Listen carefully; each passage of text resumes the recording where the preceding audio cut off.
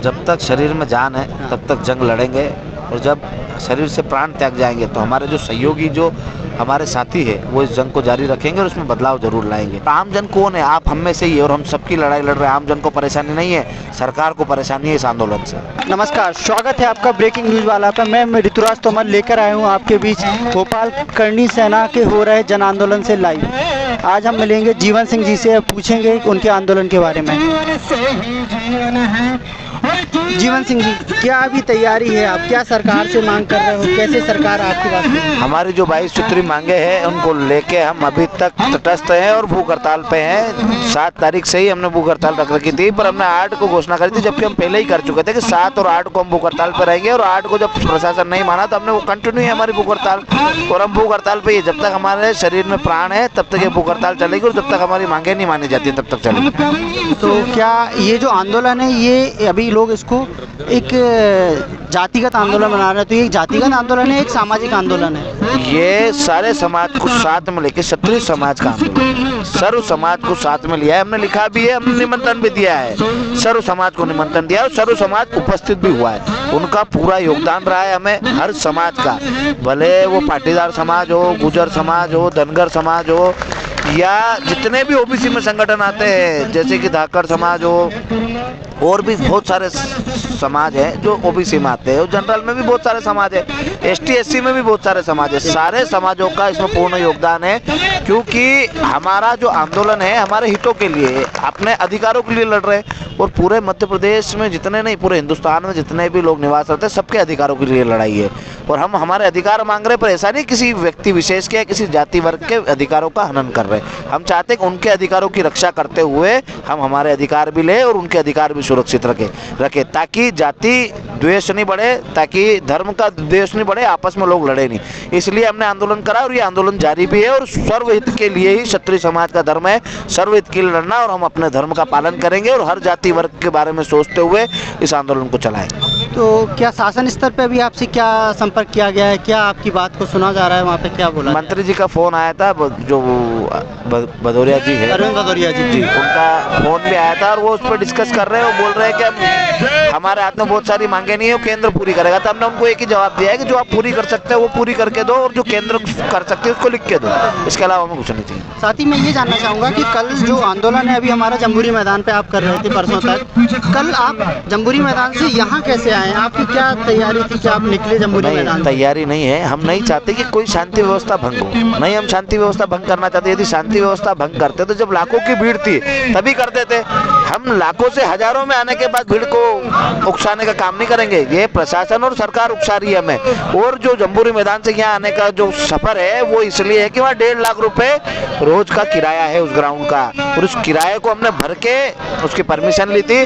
और वहाँ पर जब वो 1.5 लाख रुपए का जो हमारा जो समय था वो पूरा हो चुका था, तब वहाँ से उठ के हमने सोचा कि महाराणा प्रताप जो मूर्ति है वहाँ पर हम माल्यार्पण करेंगे, और वहाँ पे ही पास में शेड है, उसमें बैठ कर हम हमारा अनशन जारी रखेंगे। हमने सबको घर भेजा इसलिए कि यहाँ कोई उपद्रव नहीं हो, यहाँ कोई शरारती तत्व घुस के हमारे लोगों पे इल्जाम नहीं लगाए कि इन लोगों ने तोड़फोड़ करी है। इसलिए सबको हमने समझाइश दी और सबको घर भेजा, तो सब लोग गए भी सही। और आपने देखा होगा इतने लाखों की संख्या में लोगों के होने के बाद भी एक ईंट तक नहीं हिली है कहीं मकान की, या कहीं भी एक शीशा भी नहीं फूटा है, क्योंकि हमारी कौम संस्कारी है। और जो सर्व समाज हमारे साथ आई थी वो भी संस्कारी है, क्योंकि मध्य प्रदेश नहीं, हिंदुस्तान का हर एक व्यक्ति जिसके दिल में तिरंगा है, जिसको देश से प्रेम है, वो कभी ऐसा काम नहीं करता कि कोई नुकसान संपत्ति को पहुंचे या सरकार को। रात को स्वास्थ्य विभाग की टीम आपका हेल्थ चेकअप करने आई थी।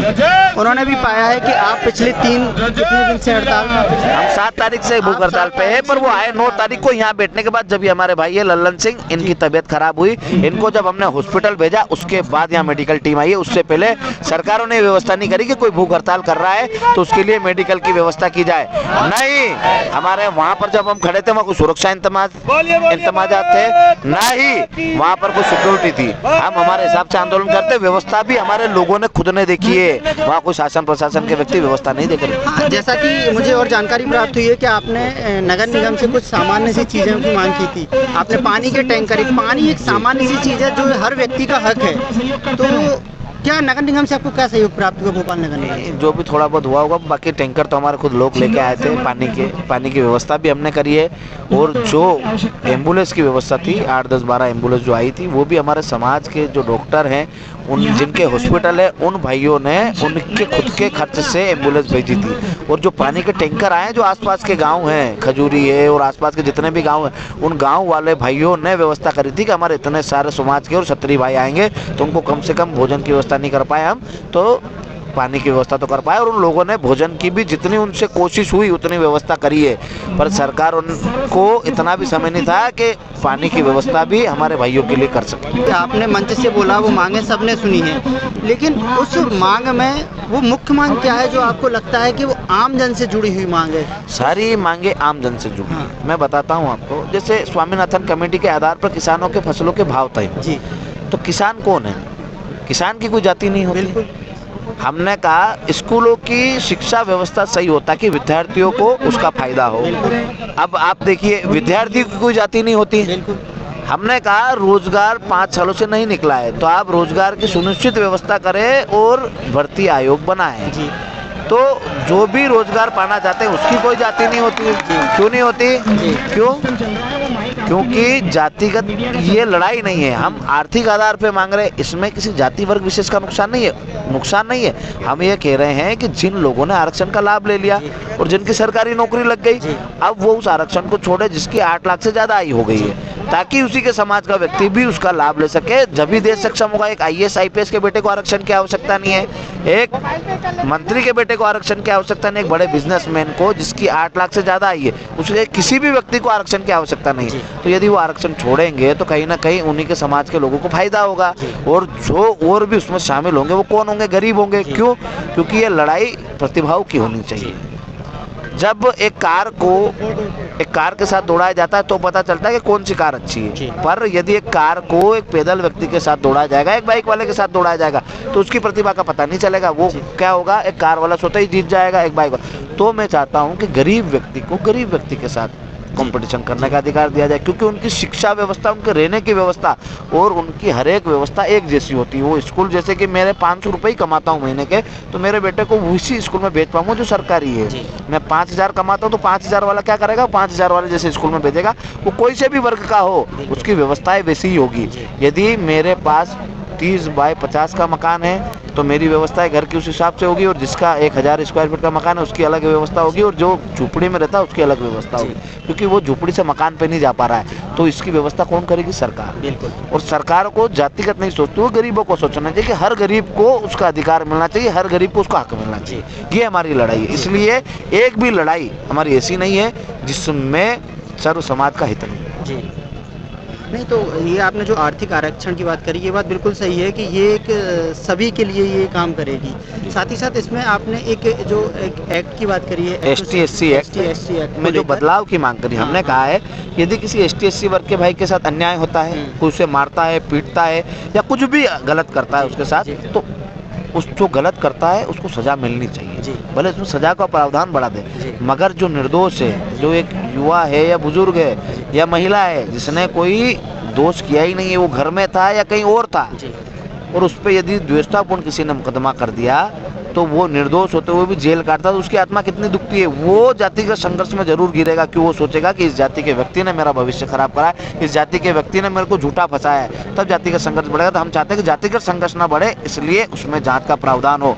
और जांच का प्रावधान हमारा मौलिक अधिकार है। कि एक आतंकवादी को भी पकड़ा जाता है तब उसकी जाँच होती है, पर आज एक सामान्य ओबीसी जो इस देश में 72% है, उसके ऊपर यदि एट्रोसिटी लगता है तो जाँच नहीं होती, सीधे जेल भेज दिया जाता है। तो हम चाहते हैं कि उसमें जांच का प्रावधान हो। हम देश के संविधान को मानते हैं, सुप्रीम कोर्ट को मानते हैं। यदि सुप्रीम कोर्ट ने कोई निर्णय दिया कि जांच का प्रावधान होना चाहिए, फिर भी उसको सरकारों ने अध्यादेश लाके उसको परिवर्तन कर दिया, तो हम चाहते हैं कि जो सुप्रीम कोर्ट, जो देश की सर्वोच्च न्यायालय है, वो संविधान के हिसाब से, तो आप ना तो संविधान को मान रहे हो, ना 72% लोगों की भावनाओं को देख रहे हो कि उसमें जाँच होना चाहिए कि नहीं होना चाहिए। तो जाँच होना चाहिए और इसमें किसी का नुकसान नहीं है। तो साथ ही आप ये बताइए कि अभी जैसा कि पिछले आप 2 दिन से यहाँ बैठे हुए हैं, 3 दिन आपके कार्यक्रम को हो गए हैं, तो सरकार की तरफ से बहुत सूखी प्रतिक्रिया इसको हम बोल सकते हैं जो आप तक आई है, तो भविष्य आप इसको कैसे देख रहे हैं? कितनी लंबी ये जंग चलेगी अभी आपकी?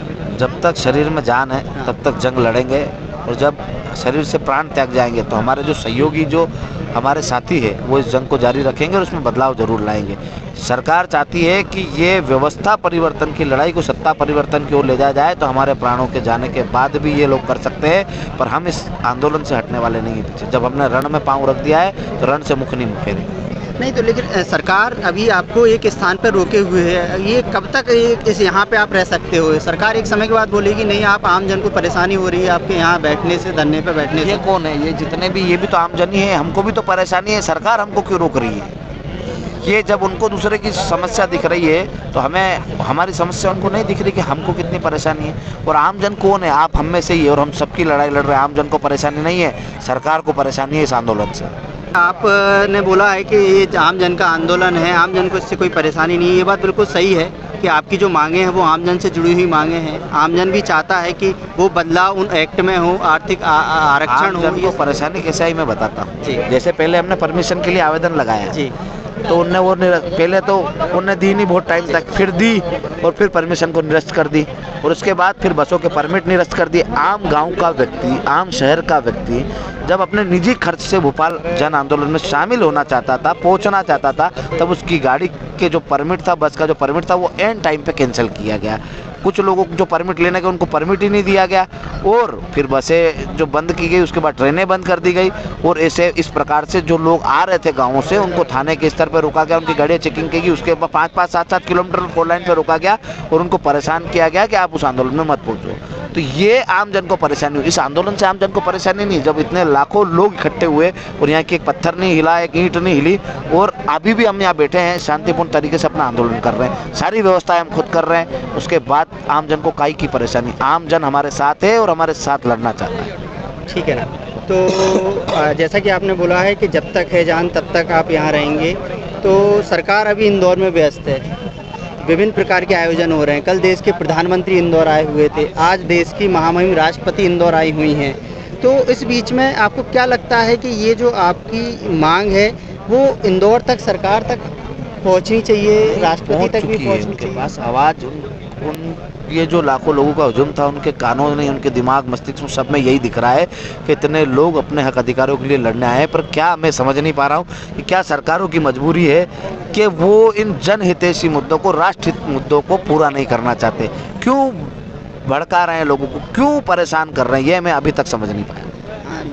प्रवासी भारतीय दिवस चल रहा है, जिसमें अनेकों विदेशों से आए हुए भारतीय देश में बैठे हुए हैं। तो वो देश की क्या छवि लेकर जाएंगे? वो छवि जो इंदौर में प्रस्तुत की जा रही है, या ये छवि जो भोपाल में बन रही है सरकार के प्रति? आप सरकार एक चाह रही है कि ऐसी छवि जाए, जो देश से बाहर गए हैं उन्हें भी पता है कि वो किन दुखों के कारण वहाँ गए हैं। यहाँ उनको रोजगार नहीं मिल पाया, इसलिए वो अपना लालन पोषण करने के लिए वहाँ कमाने गए हैं, वहाँ अपना नौकरी पैसा चला रहे हैं, कोई बिजनेस चला रहे हैं। तो उनको पता है कि यहाँ स्थितियाँ क्या है, इसलिए उनको अपना देश छोड़ के जाना पड़ा।